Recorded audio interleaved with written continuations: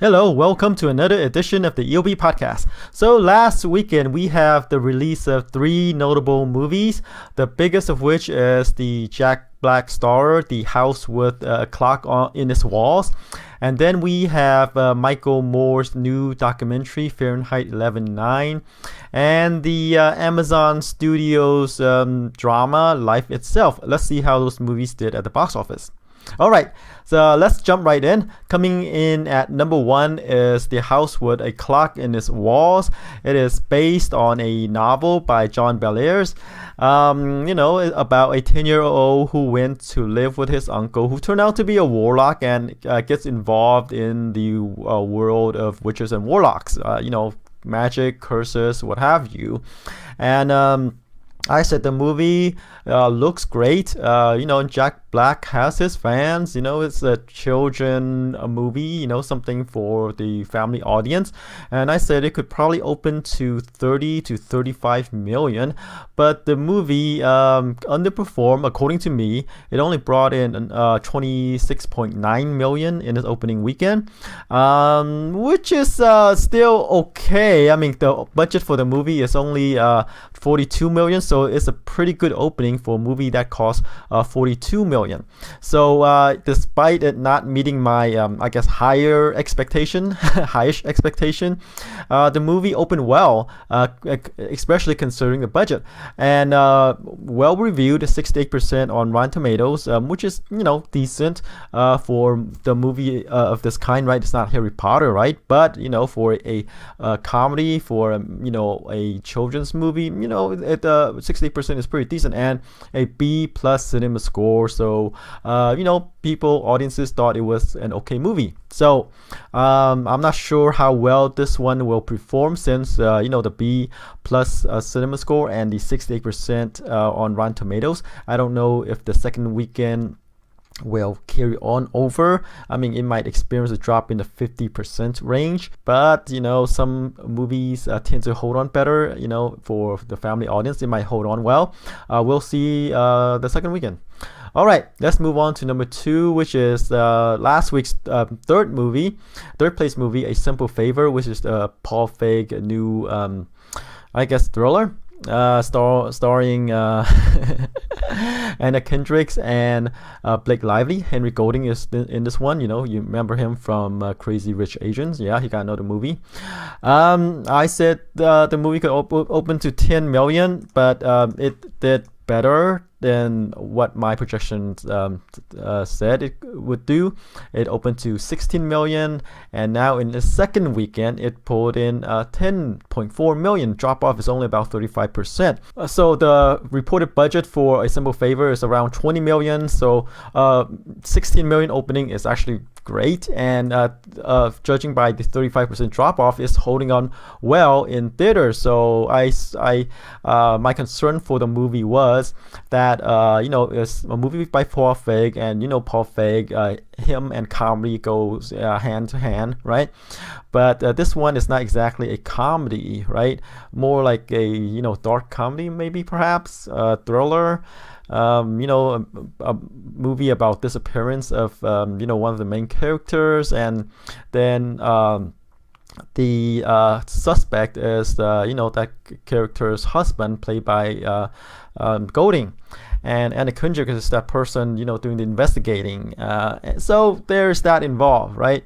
And I say that it's not like the typical Paul Feig movie, right? That's why I projected the movie to open lower, but hey, opened better than I expected to do. So A Simple Favor is another successful movie in Paul Feig's cap.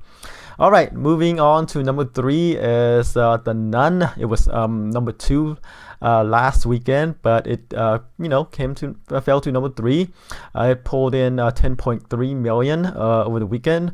Drop off is about it's pretty good, 43% or 44% in this third weekend.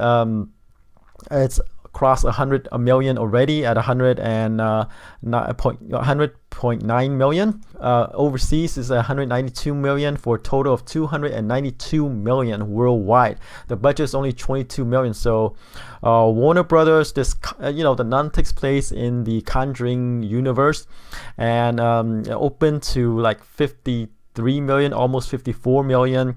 It continues to hold on well. Right, this is a third weekend drop off is only about 44%, which is great for a horror movie. Typically when you see horror movies, they drop off huge off a cliff in the second weekend and continue on from there. Continue dropping off. But for it to hold on like sub 50s is actually pretty decent, pretty good. So that's why it crossed 100 million here. Like I say. Almost 300 million overseas, and the budget's only 22 million. So another successful movie that takes place in the Conjuring universe, and I guess James Wan has a lot to do with it as well, because since he started it all, and he's continues to produce these movies. So I guess the common denominator is him. All right, number 4 is The Predator. It pulled in 8.7 million in the second weekend. Drop off is huge, about 65%. From its opening weekend, and domestic gross is about 42 million. The budget is 88 million, and let's see, worldwide it is at 95 million, 54 million of that from overseas, and the budget is 88 million. And The Predator, like I said in my preview leading up to its openings, I said the reaction to the trailer wasn't great. People weren't taking this movie seriously. I said the movie could probably open to 20 million. It did a bit better, about 25 million opening, right? Probably as one of the bigger Predator openings.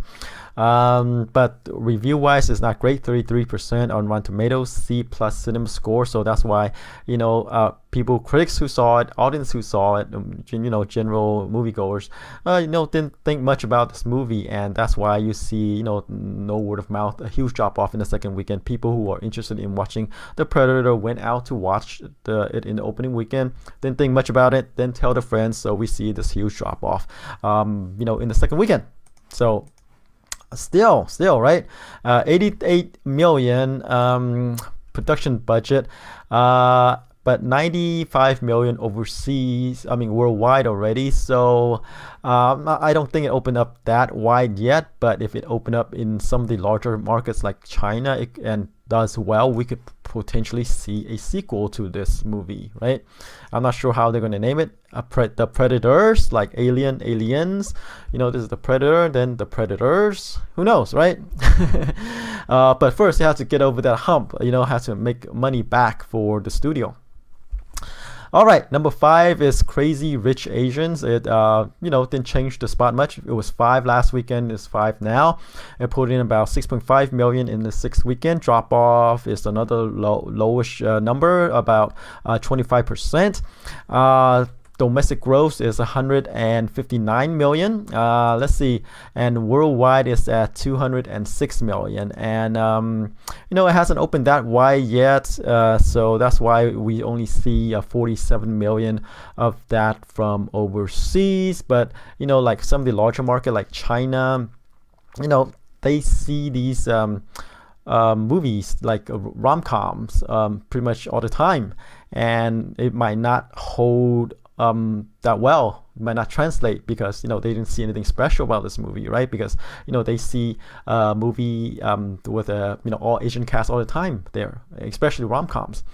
And who knows, maybe this one has the Hollywood gloss that would appeal, but we will see. I'm not sure if it's going to open there, but if it does, we'll see if it can pull them in. Because this is not a special effects heavy movie, and it's a rom-com, and rom-coms here don't usually translate overseas unless it has like huge stars, right?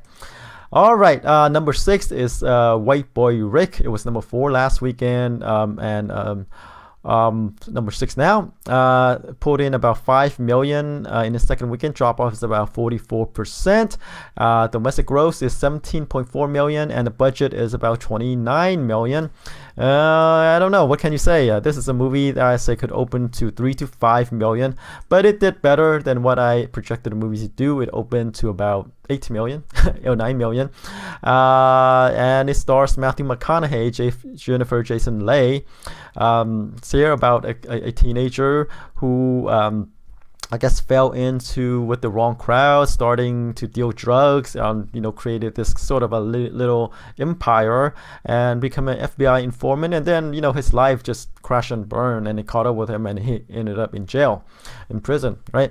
So that's right. White Boy Rick, I guess, based on a true story. For a movie like this, I think it did as well as I thought it would do, right? It did even better, right? Opened better than I thought, but the budget is 29 million. So, but it'll make that money back, as it goes on, right? It sort of have staying power, right? The drop off is only about 40% not as great as one hope, but it's gonna do something at the box office, and then they're gonna go on to the streaming sites and pay-per-views, etc., and that's where it'll make us real money.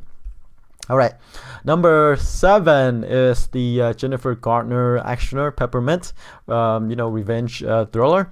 It pulled in about 3.7 million in its third weekend. Drop off is kind of low, 38% from the previous weekend, and it lost theaters as well, about 300 of them. And domestic gross right now is about 3 million, and budget is 25 million. All in all, it's doing okay. Not great. It's a small movie, as I said, a small action thriller. Garner has been doing all these family-friendly films, and this is one of a rare movie for her. She's getting back, I guess, to these more action-packed, hardcore, R-rated movies, right? And this is one of them. And she's not known as kind of like a big draw, a big name. So that's why Peppermint performed as it did. All right, number 8 is Fahrenheit 11/9, Michael Moore's new documentary. It opened to 3.1 million, and I said this movie could open to about 8 to 10 million if the fan base turn out, or 5 million if they don't, and it did even worse than that. I mean, usually Michael Moore's bigger movies like Fahrenheit 9/11 back in 2004, I guess has this best opening at 23 million, and this one is way less than that. So it seems like Michael Moore's brand of filmmaking has come and gone, and it doesn't generate the excitement and heat of his previous documentary. Or it could be just the times as well. Maybe Fahrenheit 11/9, which is about the Trump presidency, right? Just doesn't really appeal to I guess the fan base, because they're seeing this thing every day, right? The newspapers writing about the president and his policies, news, 24 news cycle and all. They're seeing this all the time. When they're opening a webpage to read about politics, news, etc. So that's why Fahrenheit 11/9 might not perform as well as the other ones. So that's what I can say about it, right? But it is reviewed well, right? 92% on Rotten Tomatoes. So maybe, like I said, there is kind of fatigue or an overload with the news cycle with all things Trump. So there it goes. All right, number 9 is the shark movie The Meg, starring Jason Statham. It pulled in about 2.4 million over the weekend, for about 40% drop off from the previous weekend. Domestic gross is 140 million, and worldwide it is at 517 million, 377 million of that from overseas. Nothing more I can say about this. I don't know if they will make the Meg 2. I mean, they could. I mean, right? But maybe with a lower budget, because this one cost 130 million to make. I'm not sure if they will dump that much money into a sequel. because it is a shark movie with Jason Statham. There might be this novelty factor with this movie, but I don't think lightning will strike again with this movie, right? With a sequel, if they plan to make one, unless they lower the budget. Because I don't see a sequel. Never count them out, but like I said, they need to lower the budget if they're going to make a sequel to this one. All right. Number 10 is the surprisingly successful movie Searching, starring John Cho. It pulled in about 2.2 million, about 32% drop off from the previous weekend. 23 million so far domestically. So, I didn't think much about this movie, right? It is about a father looking for his missing daughter. It's well reviewed, 93% on Rotten Tomatoes. I didn't expect great things about this, but I guess it rode on the coattails of Crazy Rich Asians. You see the people, the director John M. Chu, Henry Golding, buying out theaters. You read about them to promote Searching, right? Because the community, Asian community, did that for Crazy Rich Asians, about buying out theaters for Crazy Rich Asians. So they're reciprocating, they're paying that forward to Searching, and I guess it helped spread the message out for this movie. So that's why it's doing better than I expected, right? If you think about the trailer, it doesn't seem that interesting, more like a TV episode. But it's here, to promote the Asian community, the Asian actors, Asian filmmakers. For that, I guess it did okay, better than I expected. All right. Of note is the Amazon movie, Life Itself. A movie that I said could probably open to 5 to 8 million, but it opened way less than that. Opened about 2.1 million to come into number 11. I don't know when the real numbers, these are based on estimate. When the real numbers comes in, it could probably end up in number 10. So, I'm saying 11 now, but it could turn out to be number 10 when it's all said and done, when the real number gets in. Stars Oscar Isaac, Olivia Wilde, Annette Bening, and directed by Dan Fogelman. It's kind of a slice of life kind of deal about two people who fell in love, got married, started a family. Not well reviewed at all, 18% on Rotten Tomatoes last I checked. So 2.1 million, and I guess this is notable because it's by Amazon Studios. Remember Amazon Studios, I said, if you listen to my previous podcast, which you don't, right? Which you didn't. They wanted to have movies on their own streaming site. They're producing content, TV shows, serials, episodic TV episodes, right? And movies, feature-length movies for their streaming, and they want it to release in theaters, and I guess theaters are very, very reluctant to have their screens carry Amazon stuff. So that's Life Itself, 2.1 million over the weekend. All right, so that's it for the top 10. Let's move on to the new releases. I believe we have 3 big ones, 3 wide releases. We have Hellfest, a horror movie, and then the comedy starring Kevin Hart and Tiffany Haddish, Night School, and then Smallfoot by Warner Brothers, from the same animation studios who did the Lego movies, I believe. All right, let's start off with Hellfest. It's directed by Gregory Plotkin, stars Brex Taylor Claus, Rain Edwards, and others, and pretty much people that you haven't heard of. They're just starting out, they're teenagers. As with these horror movies, right, they grab a bunch of nobodies, people who haven't hit it big yet, and they run around and get chased by a serial killer or supernatural killer, whatever, what have you. So in this one, in Hellfest, so a group of friends decided to go to this horror theme park, amusement park, to get scared, whatever, right? And there is a mass serial killer on the loose, and of course they get picked off one by one, right? They run around, they get knocked off, You know the deal. You know these stories, and as with these movies, everything will be solved. They could just pick up and leave. The theme park, the house, what have you. But here we go. We have Hellfest. There are fans of these movies, right? Like I say, the Nun, the Conjuring movies. These are more psychological scares. Hellfest is these movies for I guess teens. They want to see blood and guts. I believe Hellfest is one kind of like that, in that vein. There are fans for this, but they could, the Nuns is still in theater, so this is direct competition with the Nun, except that the demographics might be different. People who might, like I say, the younger crowd may want to see some blood, and Hellfest will give it to them. So I think this movie could probably open up in the 5 to 8 million range, because like I say, it's the plot wise, right, it's very similar to other teen slasher movies. I Know What You Did Last Summer, on and on and on, right? These movies.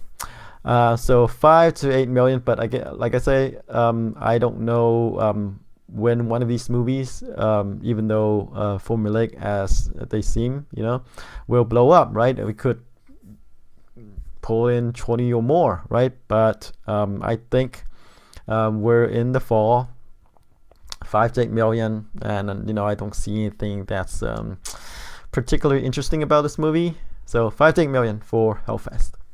All right, let's move on to the comedy Night School, starring Kevin Hart, Tiffany Haddish, directed by Malcolm D. Lee. About Hart stars as a guy who wants to work in stocks, but he can't be hired unless he gets like his high school diploma or GED. So he went back to night school, and Haddish stars as the night school teacher. And there you go. That's where you have Night School, right? So Kevin Hart, his previous comedies, he's teamed up with bigger names like Dwayne Johnson, Ice Cube, Will Ferrell. This one is kind of like him. Haddish, it's sort of a name, but I don't know how big she is, right? So this movie is carried by Kevin Hart. And it doesn't seem as funny as his other previous comedies. This one's kind of more straightforward.